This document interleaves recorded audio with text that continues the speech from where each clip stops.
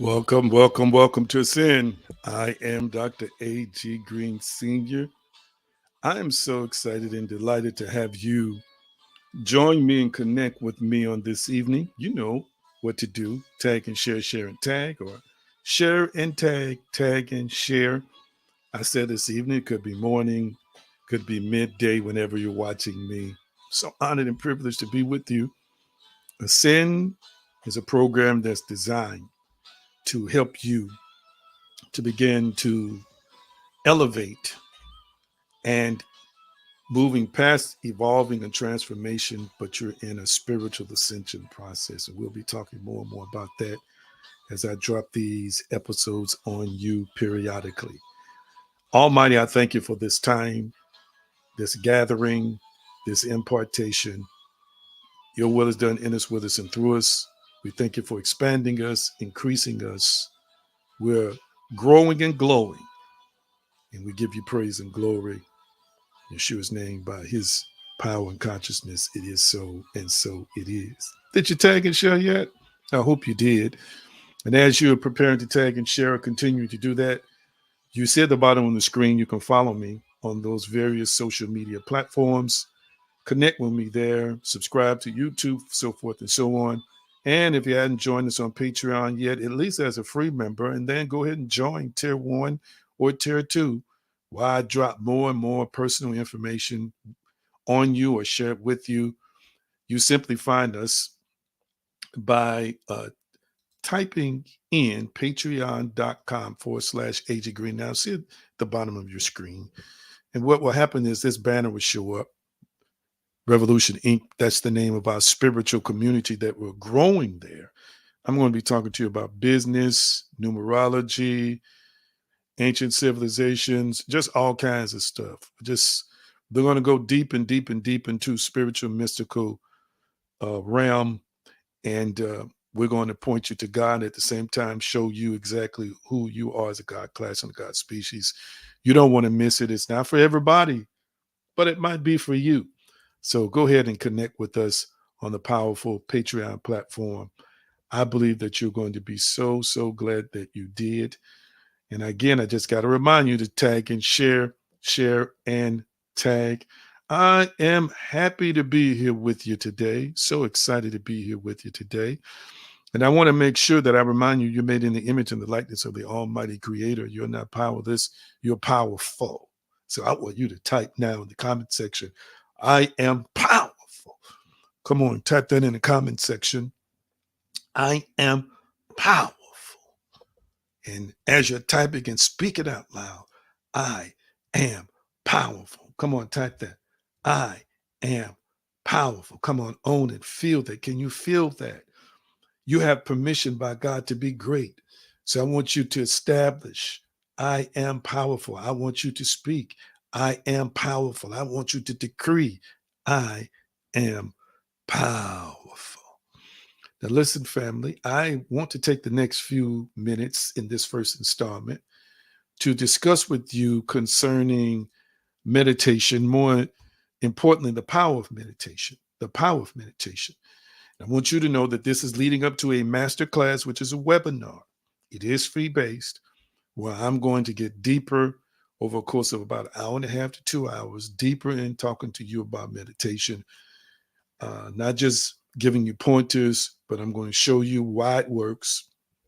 And I'm also going to show you different ways to meditate, how to incorporate it into your life, and then how it's going to enable you to not only develop an awareness of your closeness with God, but develop an awareness of your divine identity. You're truly going to be able to live life and that more abundantly. This is a subject that's near and dear to my heart. Having grown up in the church, been in ministry over 30 years, at least 25 of those I was a pastor. Now I'm in a different space where I'm still teaching, leading, and guiding people here in different places that, when I feel like it, I travel. I'm doing a lot of reading, studying, spending time in the presence of God. I've expanded. I'm learning new things, incorporating new things. But I've heard people down through the years shudder and become nervous when it's time to talk about meditation or when the subject of meditation is brought up. People say, yeah, that new agey stuff, or they always want to meditate, or they say stuff like foolish stuff. I hear preachers, meditation is of the devil. Listen, first of all, meditation is in the book. The Bible is not just another ancient text. For Christians and for people who practice Judaism, it's in the Torah. It's also in the New Testament, which is the Christian part of the Christian Bible. It predates religion, though. So it existed before religion. I don't want to mess with you too much, but it existed before religion. The earliest records from conventional dating is at least 3,000 years. But there are another group of people who, of course, believe that civilization is much older than that, the planet is much older than that, and that there are records in other ancient books that talk to you also about meditation. So really, it's older than 3,000 years. But let's just say, for the sake of people who want to stay in the middle, it's at least 3,000 years old. A lot of times people say, well, that's that Eastern mysticism stuff. Well, first of all, Judaism comes out of the East. Christianity comes out of the East. All major religions come out of the East. So if you're either one of those, you're a part of an Eastern religion. Although within Christendom, there are Eastern Christians and Western Christians. A lot of folks don't know that. Orthodox and then Western Christians. They practice Christianity differently, but they're all supposed to be Christian. But everything stems from the East. Consider that. Know the history of what you say you believe. So we see in the Old Testament, meditation is mentioned. We see in the New Testament, the word meditation is mentioned. I think that was Isaac who was meditating in a field when they brought back his wife from a distant land. Meditation is a powerful practice that enables us to contact our spirit selves, makes us more aware of our divinity, and enables us to master this physicality. That's what I'm going to say in a nutshell about that. I got some deeper things to tell you about it in that masterclass. All right. We're going to Psalm 19:14. This is where we're going to start today. Psalm 19:14. And share just a few things in terms of how meditation will benefit you. Let me tell you, I've been meditating for years, and through enlightenment and this evolutionary process, God has exposed me to greater information that has stabilized me emotionally, stabilized me intellectually, and enabled me to get more in touch with the Almighty. And it is a powerful, powerful thing. It's a powerful, powerful journey. And so I've got many things I want to share with you that's going to enhance you as a divine spiritual being. All right. I want you to type it in the comment section. I'm evolving. I am evolving. Come on, type that in the comment section. I am evolving. You know why? Because you should be evolving. You should be evolving. Psalm 19:14. Let's see. I want somebody to put that up for us on the screen. I also put it up, but I want somebody to type that, in the comment section. Type that scripture, Psalm 19:14, Psalm of David. Let the words of my mouth and the meditation, that word is, of my heart be acceptable in thy sight, O Lord, my strength and my redeemer. And we thank you for this powerful presentation of words of truth that is received, applied, and is going to bring forth dynamic expressions of awareness in those who are listening.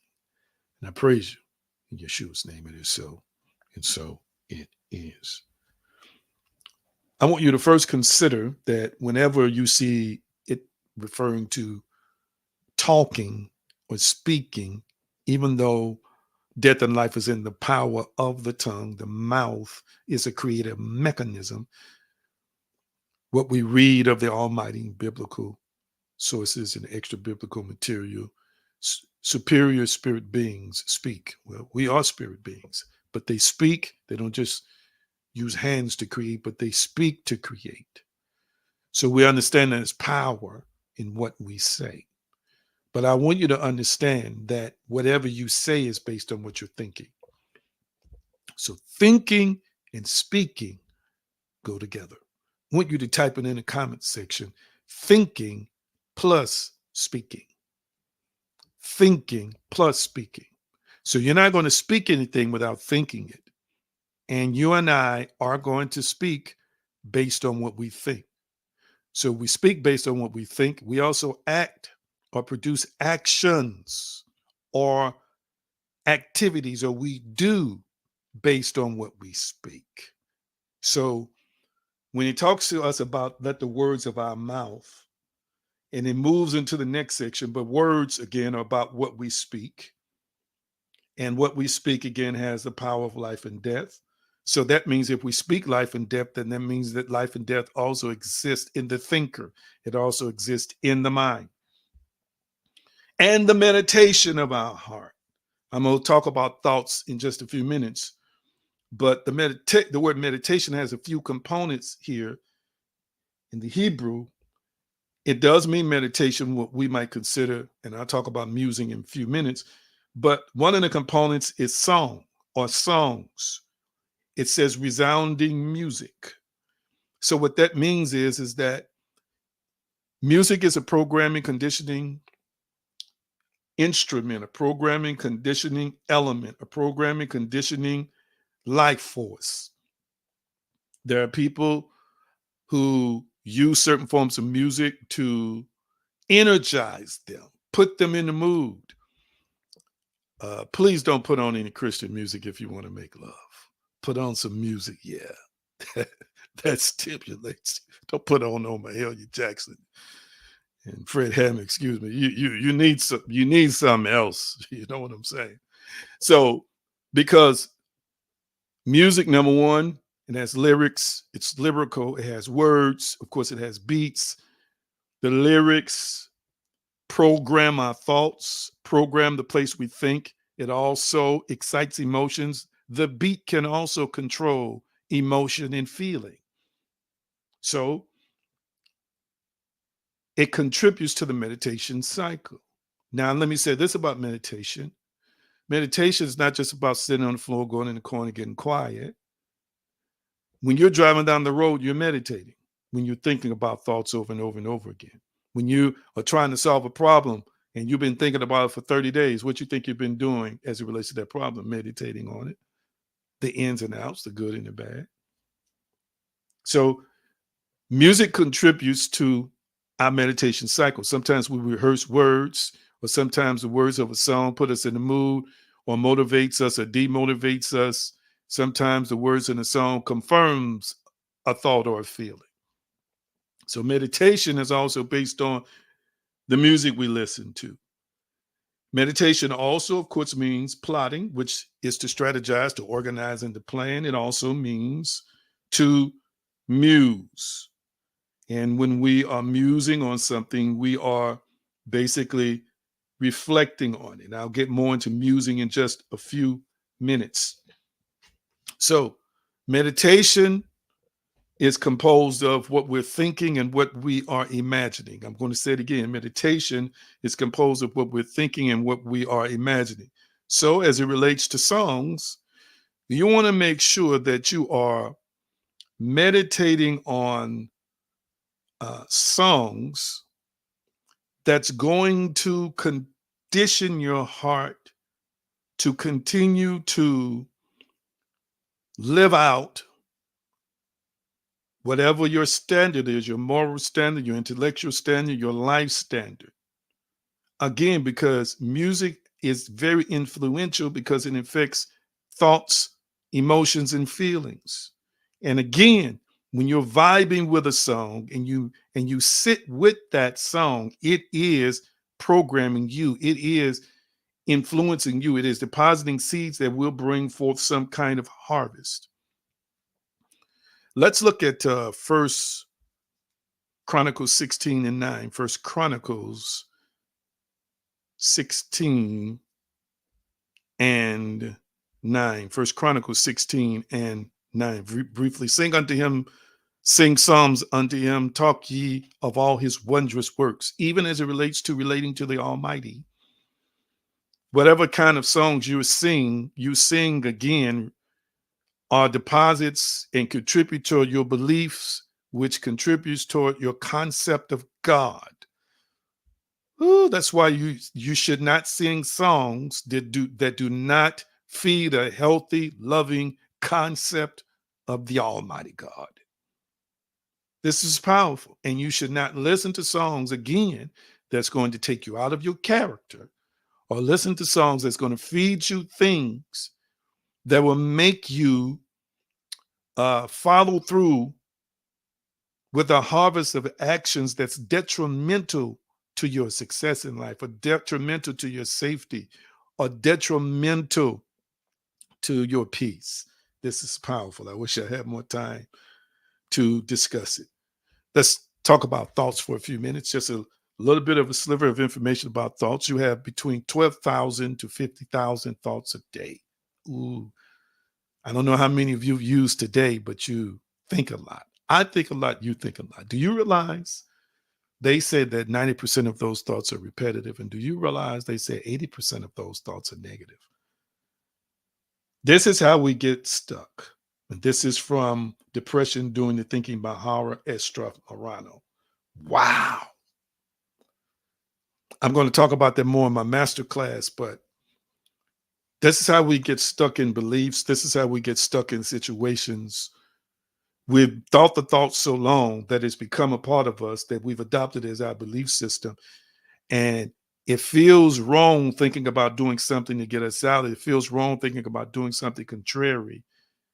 And we're living according to what we're thinking. So everybody who's watching me right now, it's not just the Almighty who manifested your reality. No, it's not just that fellow you call the enemy who manifested your reality. It's you, and it's based on what you've been thinking. You've been thinking it, speaking it, and doing it. So I want you to type it in the comment section. Speaking plus thinking plus doing. Type that in the comment section. Speaking plus thinking plus doing. We want the meditations of our hearts. The word heart, Hebrew leb, it's comprised of thoughts and emotions, the way it's used in this text. So we want our thoughts that I've been talking about. We got to understand that meditation, we meditate from within, and we meditate through meditation. We organize beliefs or disbeliefs. And like I've said before, disbelief is just really belief in something you say you don't like, you dislike, something that's negative, or something you don't agree with. So if you believe that so-and-so is a crook, that means you do not believe in them. So if you say, I don't believe in them, you're really saying my belief is not in them. I don't have faith in them. So you're always using belief, whether you understand it, whether you realize it or not. Okay. So emotions, some people say thoughts trigger emotions. Some people say emotions trigger thoughts. I believe it works both ways. So whatever you're meditating on, constantly thinking on, a man is what he thinks on all day long. I think that's Marcus Aurelius who said that. These things contribute to your state of consciousness. And your state of consciousness is comprised of what you're thinking, which is comprised of the realm of your beliefs or your belief system, your core beliefs. It also is comprised of your imagination, your ability to visualize, and also is comprised of your emotions and your feelings. All of these are part of your state of consciousness. And from your state of consciousness, you are producing reality. You are creating and partnering with God and forces in this universe based on what you're thinking. And again, rehearsed, recycled, repetitive thinking is nothing more than meditating, than concentrating, than musing, than reflecting on a certain situation or circumstance. So I want you to consider right now, while you're listening to me talk, Remember, thoughts do impact emotions, and emotions impact thoughts. But I also want you to recognize and realize that it is your thinking, imagination, speaking, and your actions that has created the present world you live in. Bottom line, even if you just got fired from your job, that is a result of thinking. You may have thought you're going to get fired, or your thinking as it relates to your job, your attitude could have been wrong, your work performance could have been underwhelming or not up to par. That all stem from your thinking. Everything that's in your world is a result of thinking, even if it's the thinking of other people as a youngster. And then as you became of age and you start thinking for yourself, then you start co-creating your own reality with God and co-creating your own reality with whoever you partner with. Again, this is cemented, this is solidified, this comes into solidity based on what you've meditated on, whether in an official or unofficial sense, you're meditating on something that has produced your financial bottom line. It has decided whether your career is successful or not. It has decided whether your marriage is successful or not. It has decided whether you were a good parent or not. Hear me. What you have meditated on in the realm of your thoughts, your core beliefs about you, your core beliefs about God, your core beliefs about family, your core beliefs about coworkers, your core beliefs about money, your core beliefs about your body, your core beliefs about your sexuality.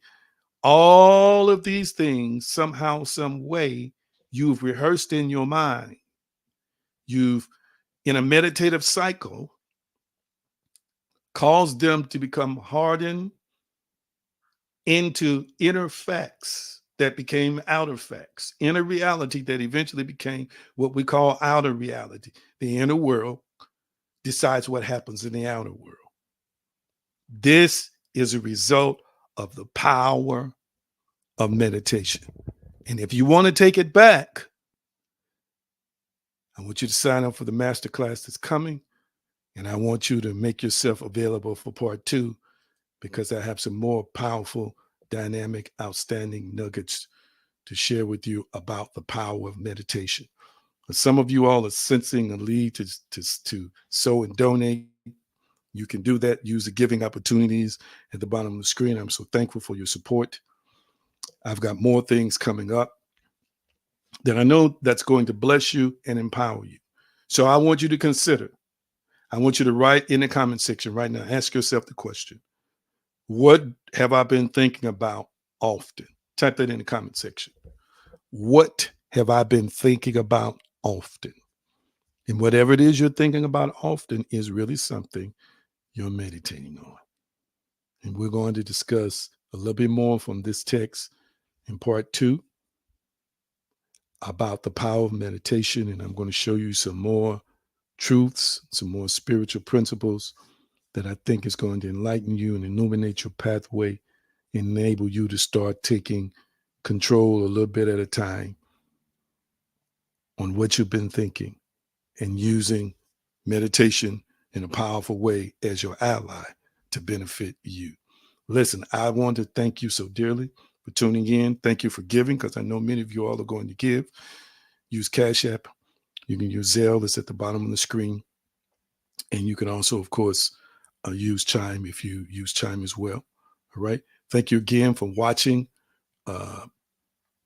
this powerful, wonderful version of Ascend with me, A.G. Green Sr. I look forward to dropping some more knowledge to help you to ascend the spiritual levels and spiritual dimensions that the Almighty God has in store for you. Love y'all so dearly. I release you with the shalom blessing. Somebody type it in the comment section. Shalom, shalom, shalom, shalom. Type it in the comment section. Shalom, shalom, shalom, shalom. Again, don't forget to sign up for Patreon. Tier 1, Tier 2, even free members. You're going to benefit. You're going to love it. It's growing every week, and I want to see you over there. All right. I release you with the shalom blessing. Shalom, shalom, peace, wholeness, and prosperity. Nothing missing and nothing broken. We're grateful for your growth. We're grateful for your expansion. You're growing and you're growing. You're growing and you're glowing. You're growing and you're glowing. See you next time. Have a great day. Don't forget, connect with us for part 2.